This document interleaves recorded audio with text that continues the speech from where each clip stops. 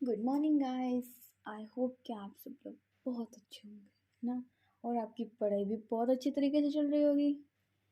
आज हम देखेंगे कि रासायनिकल विज्ञान में कौन कौन से मेन चैप्टर होते हैं जो कि हर बार पेपर में क्वेश्चन पूछे जाते हैं, और उस क्वेश्चन को आपको ठीक तरीके से आंसर देने हैं। तो आप जितनी ही अच्छी तरीके से पढ़ाई करोगे, अपनी केमिस्ट्री की अच्छे से तैयारी करोगे, उतना ही अच्छी तरीके से आप पेपर दे पाओगे, है ना।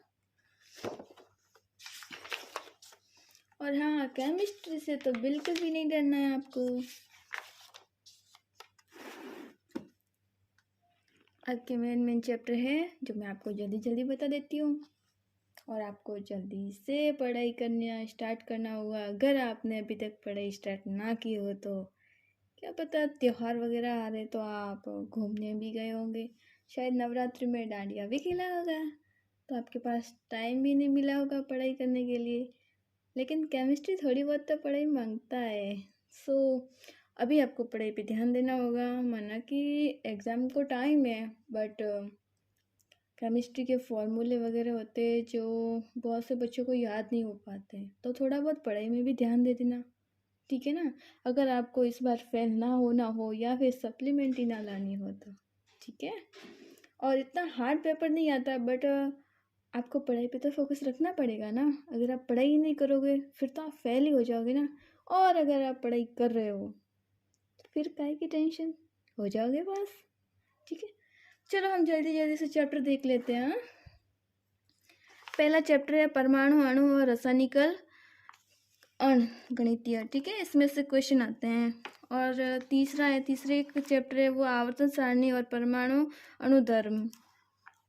और चौथे में भी क्वेश्चन आते हैं, ठीक है, कभी कभी पूछे देते हैं।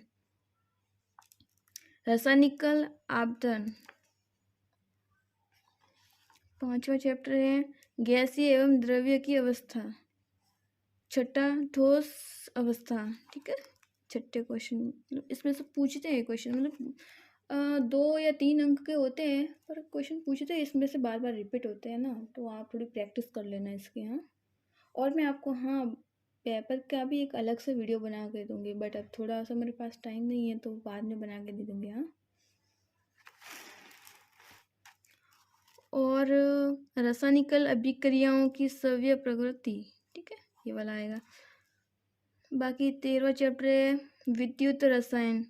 14वां चैप्टर है रासायनिकल बल गतिकीय और तत्वों का रसायन। देखो इसमें से ये क्वेश्चन तो मेन होते हैं, ठीक है। तो ये जो मेन क्वेश्चन होते हैं तो इसमें से ये तो पूछे ही जाते आते ही है, ठीक है। आते तो सब है, बट उसमें से ना अलग अलग पूछते हैं। अभी इन चैप्टरों में से भी पूछते हैं, ठीक है। तो ये थोड़े मतलब टफ होते हैं, थोड़े बहुत टफ होते हैं। अब आप पढ़ाई कर ही रहे तो इतना आपको टफ नहीं लगने वाला, ठीक है।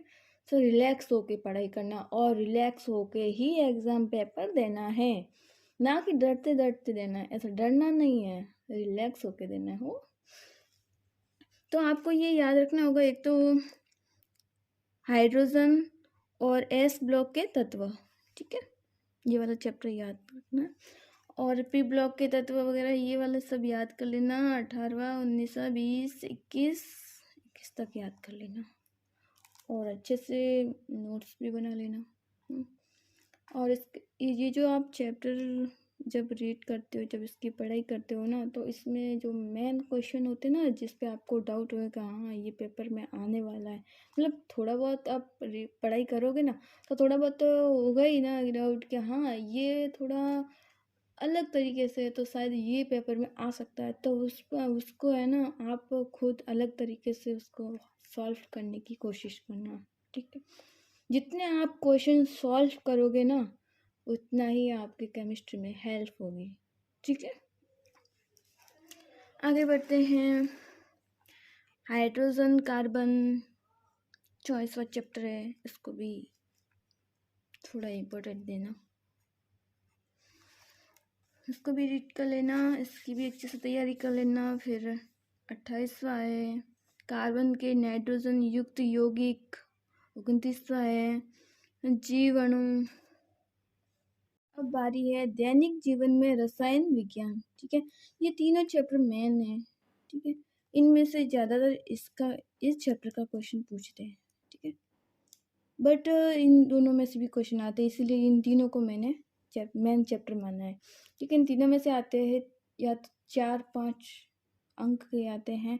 वो तो जिस तरीके से आपको जैसा क्वेश्चन पूछेंगे ना, उसी तरीके से आपको उसका आंसर देना है और उसी तरीके से आपको उसके अंक मिलते हैं, ठीक है। तो ये बहुत ही सिंपल चैप्टर है, कोई इतना हार्ड चैप्टर तो है नहीं। आप अच्छे से कर लोगे इसको, मुझे पता है। आप अगर अच्छे से पढ़ाई कर रहे हो तो पेपर भी बहुत अच्छा जाएगा, है ना। टेंशन बिल्कुल भी लेनी है नहीं, अच्छे से पढ़ाई करनी है और बहुत ही अच्छे नंबरों से आपको पास होना है, ठीक है।